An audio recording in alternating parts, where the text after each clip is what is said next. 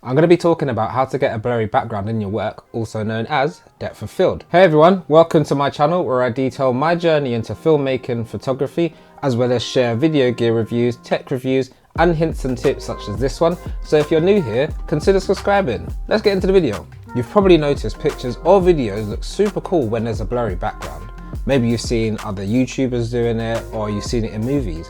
But how do you create that effect? Blurry backgrounds, or depth of field, is an essential concept in photography and videography, and it can help you capture stunning visuals as well as add a creative touch to your work.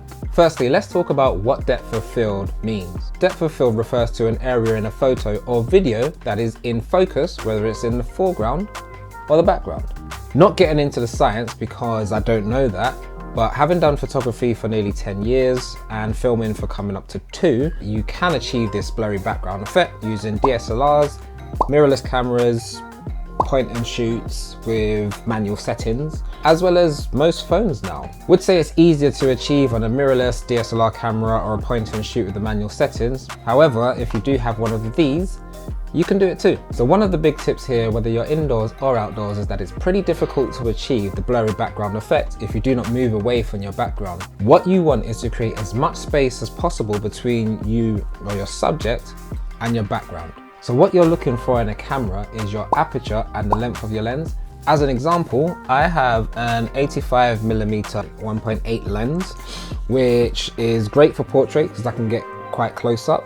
And with it being 1.8, the aperture can open pretty wide. Wide angle lenses can also achieve the blurry background effect. What will really help you achieve a blurrier background is with longer lenses, so an 85, 105mm or even longer, where the aperture numbers are getting into the lower numbers, so your 2.8s, your 2s, 2.0s. The lower number you go in f-stop, so your f2.8 or your f1.8, the more you increase the background blurriness effect in your photos or videos. The higher number you go in aperture, your f10s or your f16s, the more you reduce the background blurriness effect in your photos or videos, and you bring more of the image back into focus.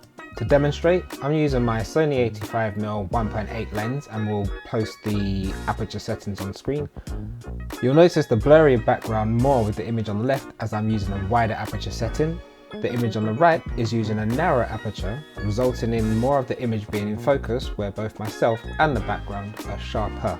You'll often come across several terms which mean the same thing when speaking about blurry backgrounds: wide and narrow aperture, shallow and deep depth of field, small and large area of focus. These are all one and the same. Wide and shallow, small area of focus equals the blurry background. Narrow, deep, large area of focus means more of the image is in focus. Here's a few things to note. The lower the f-stop setting, the better for low light shooting and making the background blurrier. The higher the f-stop setting, the more of your image is sharper and in focus, but you usually require more light to get a cleaner image. Another thing to typically note: when looking at lenses, the wider the aperture in the lens, the more expensive the lens tends to be.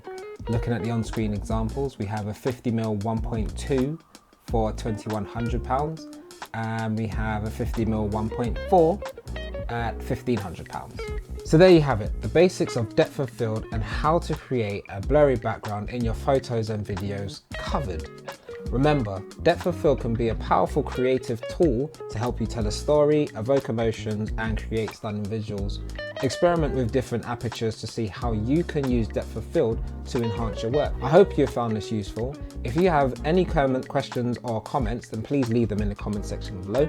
Thanks for watching, and be sure to look out for my other tutorials on photography and videography stuff. Don't forget to like and subscribe to my channel for more great content, and I look forward to seeing you in the next one.